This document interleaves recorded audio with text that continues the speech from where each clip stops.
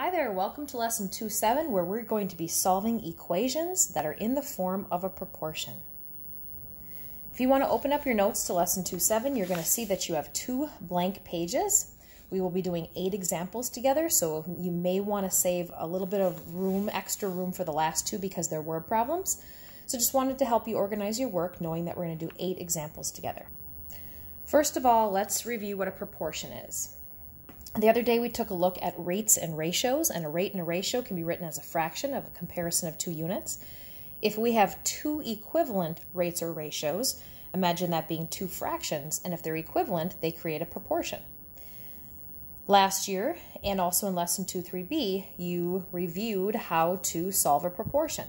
Proportions have equivalent factors of change, they also have equivalent unit rates, and they also have equivalent cross products. These are the 3 methods that you used last year in order to solve a proportion. So here you can see that this is showing factor of change. If the numerator is 4 times bigger, then this denominator has to be 4 times bigger. Here's cross products. The cross products of every proportion are also equal. For example, you may have seen last year 3 is to 15 as 4 is to 20. And here, if you look vertically, you can see that to get from 3 to 15, you're multiplying by 5. To get from 4 to 20, you're multiplying by 5. And that's where the equivalent unit rates come in. So these 2 methods particularly you used a lot, but then this one also was introduced in 7th grade, and we used it a lot in 8th grade too. Okay, we're going to get ready for example number 1. You will absolutely need a calculator for this, so you want to be sure that you have your calculator out and ready to go. So here is our first proportion, and we're asked to solve using cross products. Now, if you know another way to solve this, you definitely could. For instance, just knowing that 15 and 30 have a relationship, being that this is twice as big. So then this right here, this negative 7n, would have to be twice as big as 21. And I showed you how to do that in lesson 2.3b. I'm going to teach this lesson using all cross products, but if you know another way, you can feel free to do that too with your homework. So let's get ready to do cross products. We know that if we have a proportion, which this is saying that we have 2 equal fractions, therefore it's a proportion, we know that the cross products are equal. So if I multiply across here, remember product is to multiply, I'll take 21 times 30, and I get 630. Well, that means this product going across has to also be 630. So I'm going to take 5 times negative 7, 15 times negative 7, which is negative 105, times n. Multiplying across, this product right here has to also equal 630. So bring down the equal sign. It equals 630. Well, let's solve for n. The goal here is to figure out what value of n makes this proportion true. So just like solving a one-step equation. Looks like I'm going to get a negative answer.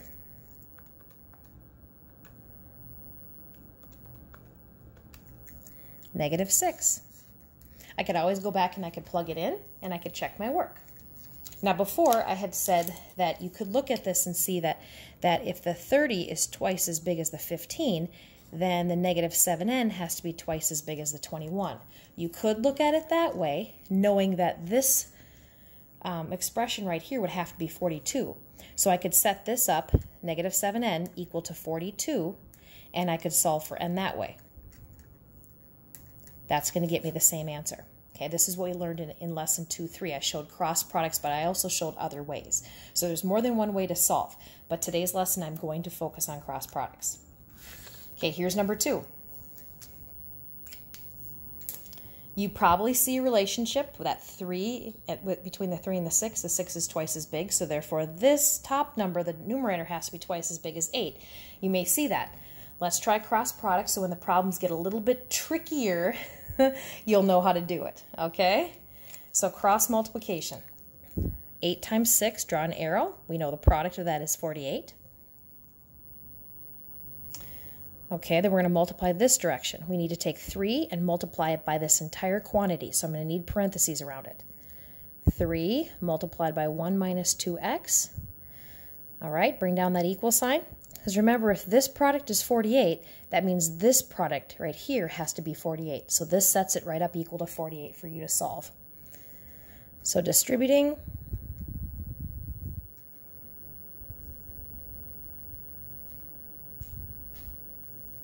bringing down that entire negative 6.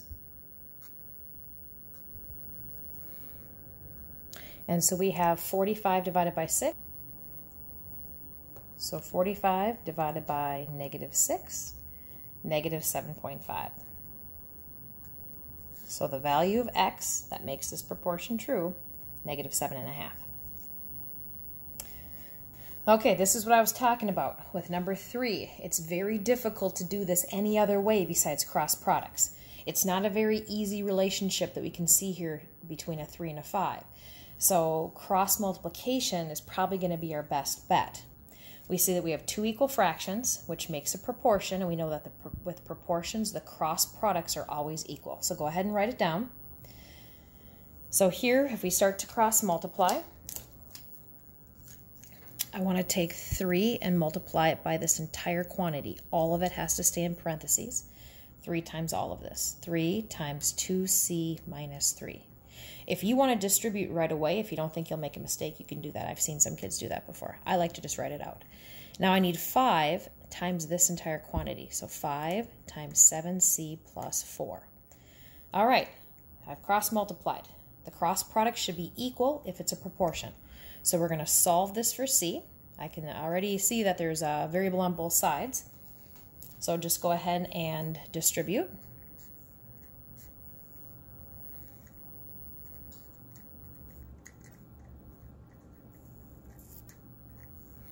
Okay, once I've distributed, there's no like terms to combine.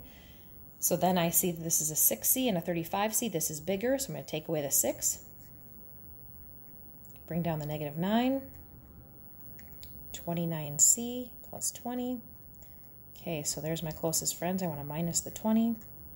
I get negative 29 equals 29c. Divide by 29. Negative 1 equals c. Oop. Running out of space here. Negative 1 equals c. So the value of c, right here and here, that's going to make this proportion true, is negative 1. See how cross products make that really easy to solve. Lots of work to be showed, though. All right, let's take a look at 4.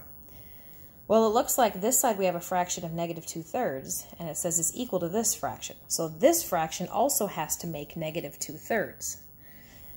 Probably the best way of solving this, again, would be cross multiplication. So giving you a second to write it down. Okay, so let's cross multiply this way. We want to take 3 times this entire quantity. Now here, this direction, we want negative 2 times this entire quantity. Drop down that equal sign. The cross products of the proportion should be equal. So we set them equal to each other, and now we're just going to solve for d. So we got some cleanup to do. Go ahead and distribute.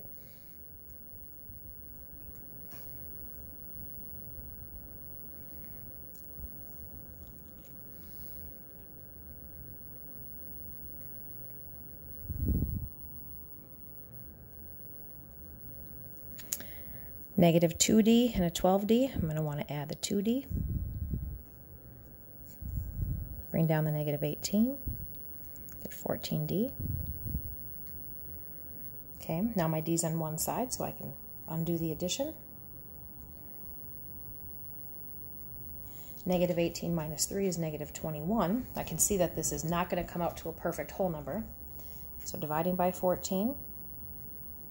Dividing by 14. I can see my fractions negative. A 21 and a 14 are both divisible by 7, so negative 3/2, leaving it improper. Boy, that would be a tricky one to do any other way besides cross multiplication. Okay, getting ready for 5. So it looks here like we've got this fraction equals 5. So, I mean, this could be 15/3. It could be 20/4. Whatever it is, whatever the numerator and denominator is, it would simplify to give us 5. Well, right now it doesn't look like a proportion, but we could change it into 2 equal fractions. Are you thinking what I'm thinking? Yeah, let's make this 5 into a fraction over 1. If it makes it easier for you to rewrite this so you can see it better, you definitely can. So this is what it would look like.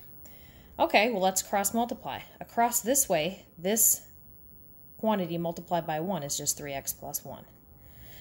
This direction, we want 5. We want to multiply it by this entire quantity. 5 times x minus 1. Set them equal to each other.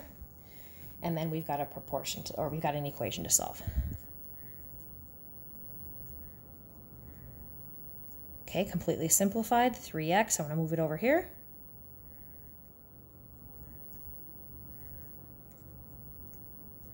Now add the 5. And I end up with x equals 3. So we can plug it back in and we could check it. I mean, let's just try. If x is 3 here and x is 3 here.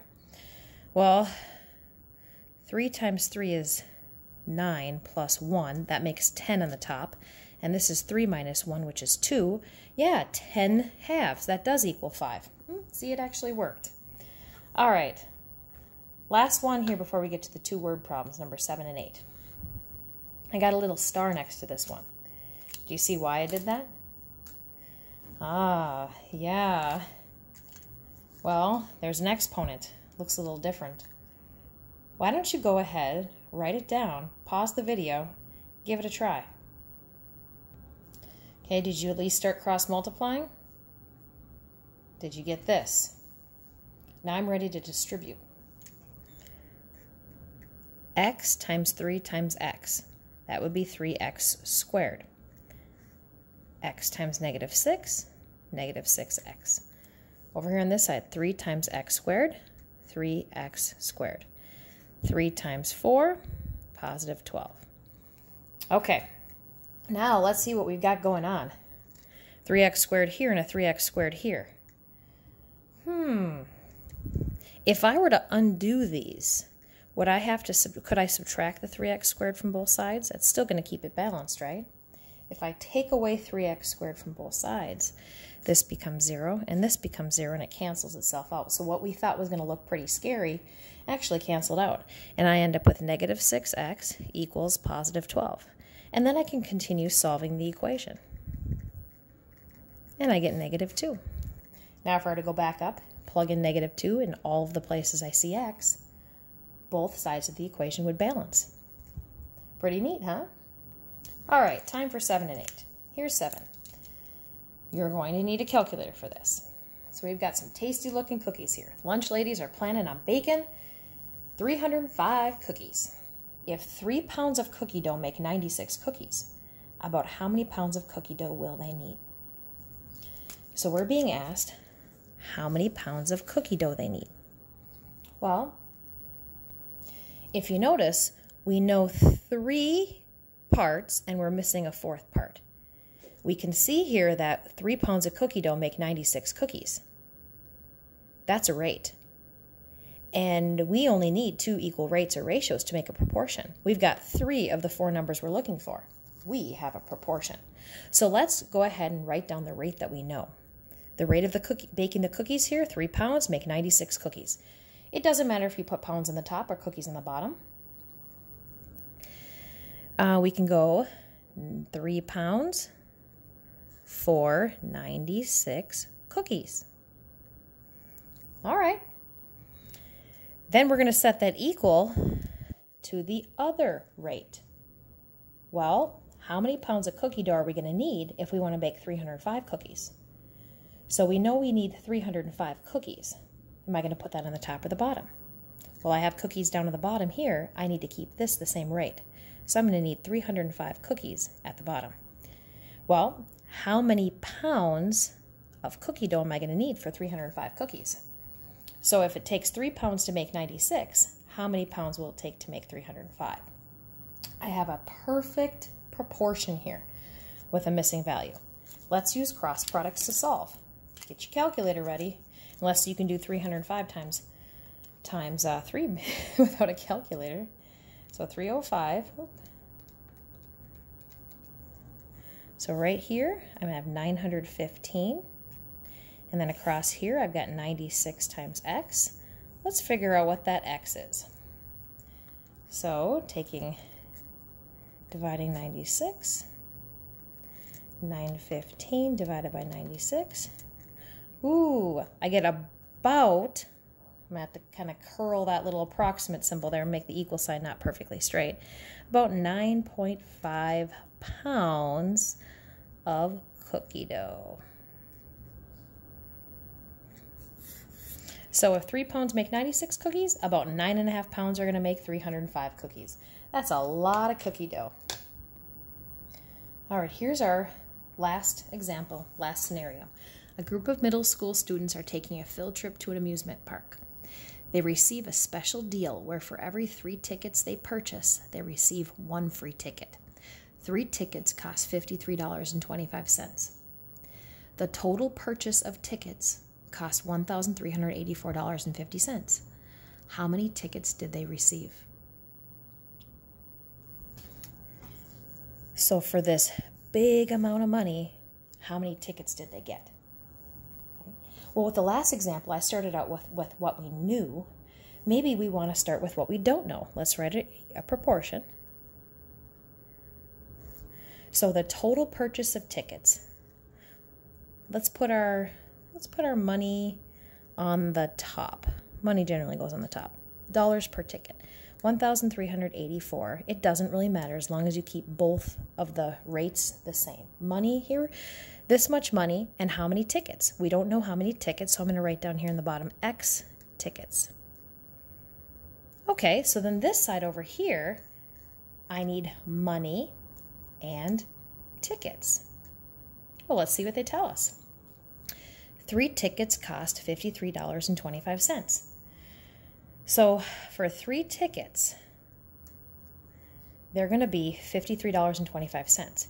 But remember, if you buy 3 tickets, you receive a ticket for free. So when you're buying the 3 tickets, you also get 1 free ticket. And you get all of that for $53.25.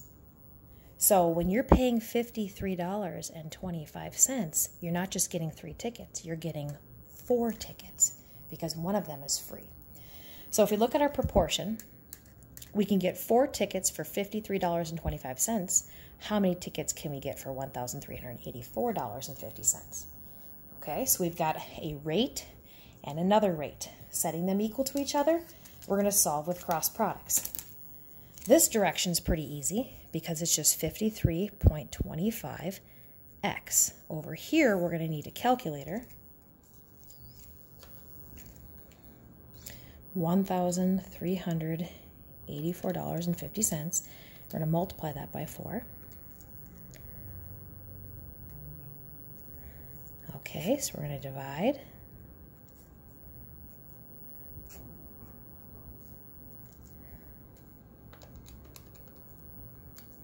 $104 tickets. All right, so if we pay $53.25 for 4 tickets, we're going to get 104 tickets for this big price of $1,384.50. And we've solved it. Kind of hard to see the 1 here. There we go. So our last 2 examples is where we're using a real-life situation, setting up a proportion, and then solving it as an equation. Thank you for joining me for Lesson 2.7, where we were solving equations that were in the form of a proportion. Have a great day.